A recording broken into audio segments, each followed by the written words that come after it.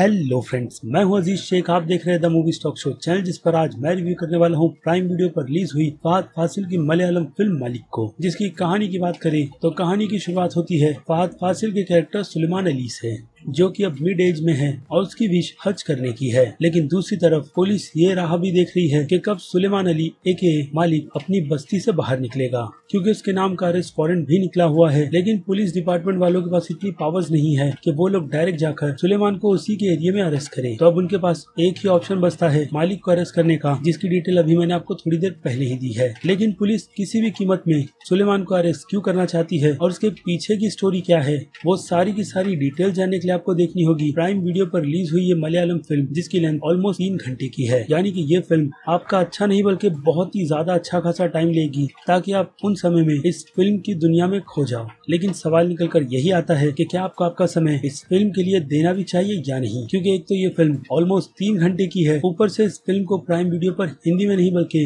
English subtitle के साथ इस फिल्म की ओरिजिनल लैंग्वेज यानी कि मलयालम में ही रिलीज किया गया है। ऐसे में उन लोगों के लिए ऑप्शन काफी ज्यादा कम और टाइम भी बहुत ज्यादा चला जाता है जो लोग सबटाइटल को रीड कर इस तरीके के कंटेंट को समझने की कोशिश करते हैं। तो चलिए अब आपकी उन सभी की सभी बेचैनियों को दूर करते हैं। लेकिन उससे पहले एक छोटी सी रिक्वेस्ट भी, जो है इस चैनल को सब्सक्राइब, वीडियो को लाइक और शेयर करने की।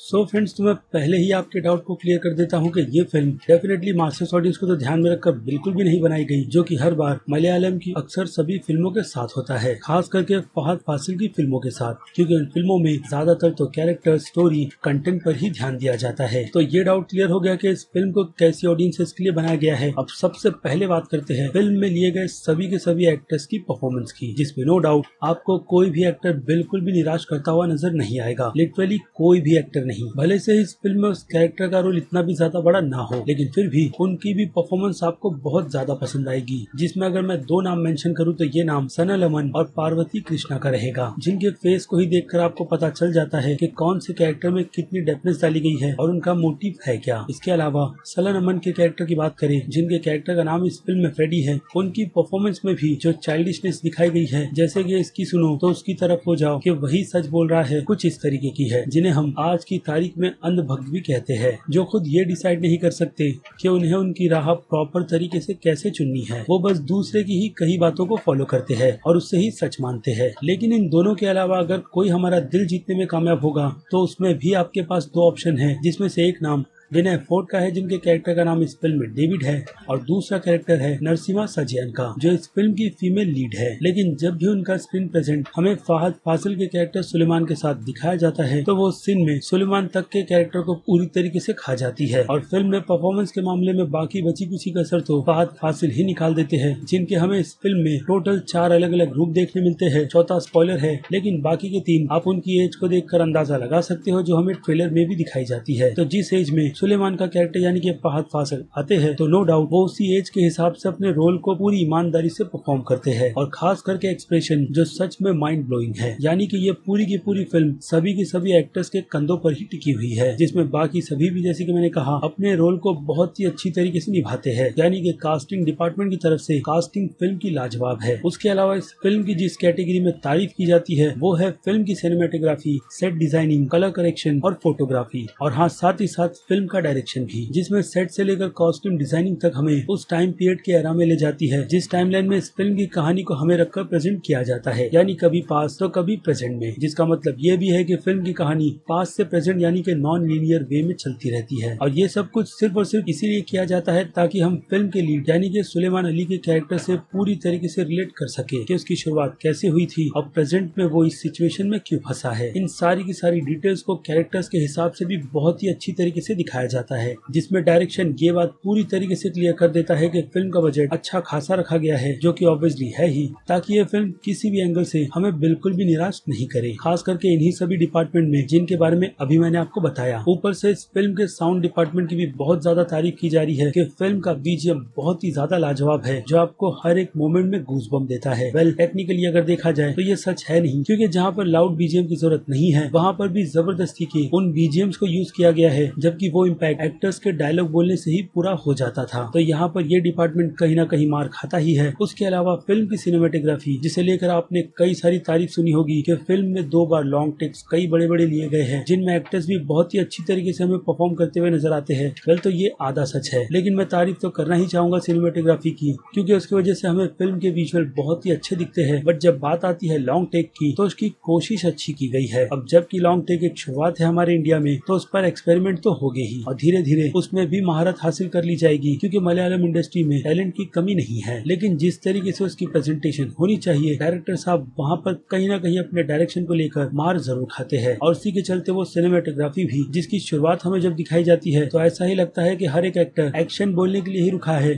जिसका सिग्नल मिलते के साथ में ही वो अपने रोल को परफॉर्म करना शुरू कर देता है। ये चीज आप बहुत ही अच्छी तरीके से नोटिस करोगे, अगेन मैं कहूंगा उन्हीं लॉन्ग टेक्स में। उसके अलावा फिल्म के सॉन्ग्स की बात करें तो सॉन्ग्स मुझे समझ में आए नहीं, लेकिन फिर भी टोन काफी रिलैक्स सा चल रहा था। और अब बात करें फिल्म की स्टोरी राइटिंग की, तो फिल्म की कहानी हमें कुछ भी नया प्रेजेंट नहीं करती। जी हाँ, एक बार फिर से सुन लो कि फिल्म की कहानी हमें कुछ भी नया प्रेजेंट नहीं करती। ऐसी कहानी हमने बॉलीवुड से लेकर साउथ इंडस्ट्री तक की फिल्मों में देखी है कि एक गैंगस्टर है, जिस एरिया के लोग उसे काफी ज्यादा मानते हैं, तो उसी में पॉलिटिक्स, दोस्ती और पुलिस वाले भी अगर इन्वॉल्व हो जाए तो उस कैरेक्टर के लिए कई सारी प्रॉब्लम्स क्रिएट हो जाती है, जिनसे डील करता हुआ वो कैरेक्टर हमें कभी फिल्म में पास होता हुआ नजर आता है तो कभी फेल। लेकिन ये फिल्म काफी ज्यादा रियल रखकर बनाई गई है, जिस वजह से आप इस पूरी की पूरी फिल्म को भी प्रिडिक्ट कर लेते हो, क्योंकि लाइफ इसी तरीके से चलती है। ऊपर से जैसे इस फिल्म का स्टार्ट किया गया है, उस फिल्म के पूरे 40 मिनट तक ये फिल्म रुकने का नाम तक नहीं लेती। यानी कि फिल्म का फर्स्ट हाफ इतना तेज भागता रहता है कि हमें कुछ भी जल्दी समझ नहीं आता,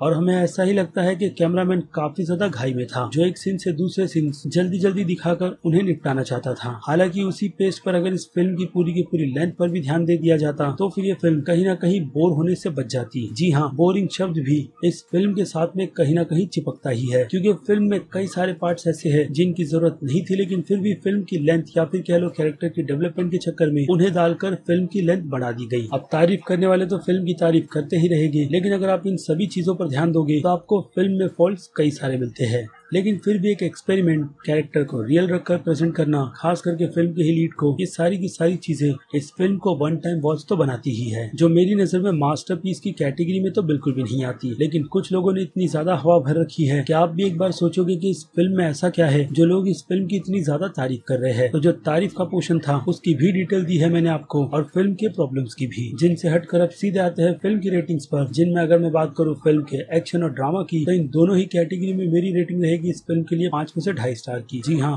भले से ही फिल्म के एक्शन हमें काफी ज्यादा रियल रखकर क्यों ना प्रेजेंट किए जाए, खास करके बच्चे को उठाकर भागने वाला सीन, जिस सीन में पुलिस गोलियां बरसाती है, वो सीन थोड़ा आउट ऑफ द फोकस लगता है रियलिटी से, जो आप फिल्म देखोगे तो काफी अच्छी तरीके से समझ जाओगे। इसलिए एक्शन की रेटिंग 5 में से 2.5 स्टार की बिल्कुल ठीक है। इसके अलावा ड्रामा के लिए 5 में से 2.5 स्टार की रेटिंग तो फिल्म की काफी सिंपल सी स्टोरी को ही देखकर मैंने दिए है, लेकिन फिल्म में कुछ कुछ मैसेज और फिल्म के एंड को हम ऑडियंस पर ही छोड़ा गया है, ताकि हम डिसाइड करें कि सर पर ईंट लगने का मतलब क्या होता है और उसे लोग किस तरीके से अपने दिमाग में रखेंगे। ये सारे मोमेंट्स या फिर कह लो बदले की भी चाहत हमें फिल्म में बहुत ही अच्छा मैसेज प्रोवाइड करती है। लेकिन फिर भी कहानी तो कहानी होती है, जिसके चलते 2.5 स्टार की रेटिंग ड्रामा के लिए बिल्कुल ठीक है, और सस्पेंस के लिए तो रेटिंग 5 में से आधे स्टार की ही बनेगी, क्योंकि फिल्म काफी ज्यादा प्रेडिक्टेबल हो जाती है कि असल में फिल्म का एंड होगा क्या। इसके अलावा थ्रिल की बात करें तो उन मोमेंट्स को अगर छोड़ दिया जाए जहाँ बेमतलब के बीजीएम को यूज किया गया है, तो बाकी सारे के सारे मोमेंट्स बहुत ही ज्यादा पावरफुल है बीजीएम की मदद से, जिसके हिसाब से ये रेटिंग फिल्म में 5 में से 3 स्टार डिजर्व करती है। और बात करें मास्टर्स ऑडियंस की, तो मास्टर्स ऑडियंस की नजर में ये फिल्म टोटल टाइम बेस है, यानी कि डी कैटेगरी की, क्रिटिक्स की नजरों में एक ही, और मैं इस फिल्म को